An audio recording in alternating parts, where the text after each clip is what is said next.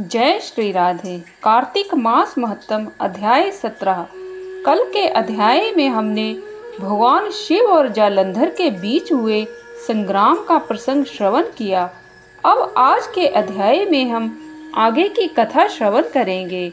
नारद जी बोले, महादेव जी को पराक्रमी देख अपनी माया से शिव जी को धोखा देने के लिए जालंधर ने पार्वती का रूप बनाकर रथ के ऊपर बांध ली और शुंभ निशुंभ आदि दैत्य उसको मारने लगे। शिवजी पार्वती को इस प्रकार रोते देख अपने बल को भूल सिर नीचा करके खड़े हो गए। तब जालंधर ने 3 बाण शिवजी के छाती, पेट व सिर में मारे।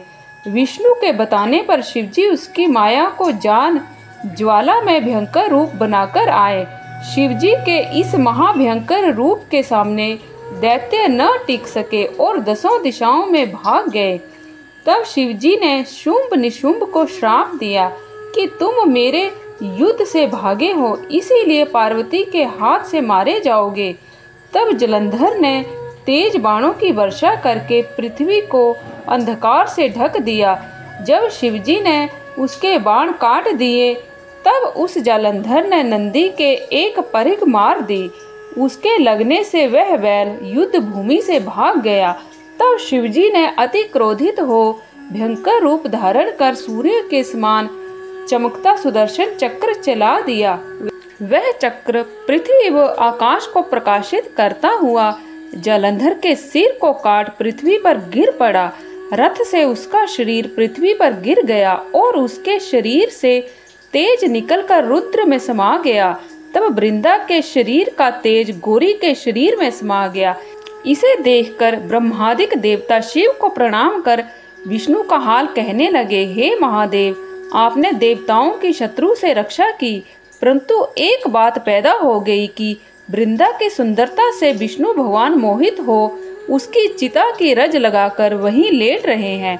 रुद्र बोले, हे देवगण, विष्णु का मोह हटाने के लिए योग माया की शरण में जाओ, वह तुम्हारा कार्य पूरा करेंगी। नारद बोले, यह कहकर अपने गणों सहित शिवजी अंतर्धान हो गए और देवता योग माया की स्तुति करने लगे। देवता बोले, जिसके शरीर से सृष्टि पालन और नाश करने वाले सतोगुण, रजोगुण और तमोगुण तीनों पैदा हुए हैं, जिसकी इच्छा से संसार की उत्पत्ति और नाश होता है, उस मूल प्रकृति को हम नमस्कार करते हैं। जो प्रकृति 23 गुणों से उच्चारण की जाती है और संपूर्ण जगत में व्याप्त है, उसे हम प्रणाम करते हैं।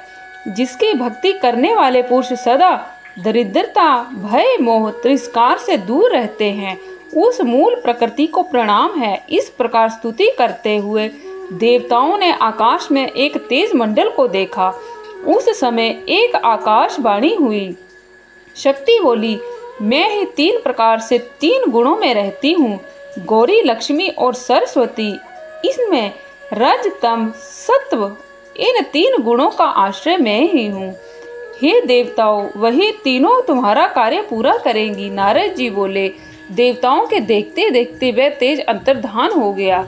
देवताओं ने आकाशवाणी के अनुसार गौरी, लक्ष्मी और सरस्वती के पास जा उसको प्रणाम किया।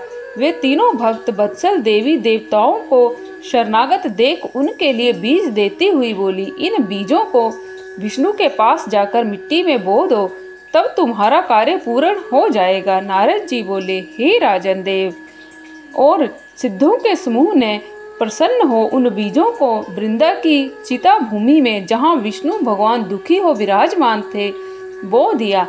वह सत्य वाक्य का महात्म्य बताया है। जो कोई इसे पढ़ेगा, सुनेगा, वह स्वर्ग प्राप्त करेगा। जो एकाग्र मन से सुनेगा उसे विघ्न नहीं सताएंगे। पुत्रहीन पुरुष सुनेंगे तो पुत्र की प्राप्ति होगी। तो आज के लिए बस इतना ही। कल फिर आपसे भेंट होगी। तब तक के लिए जय श्री राधे।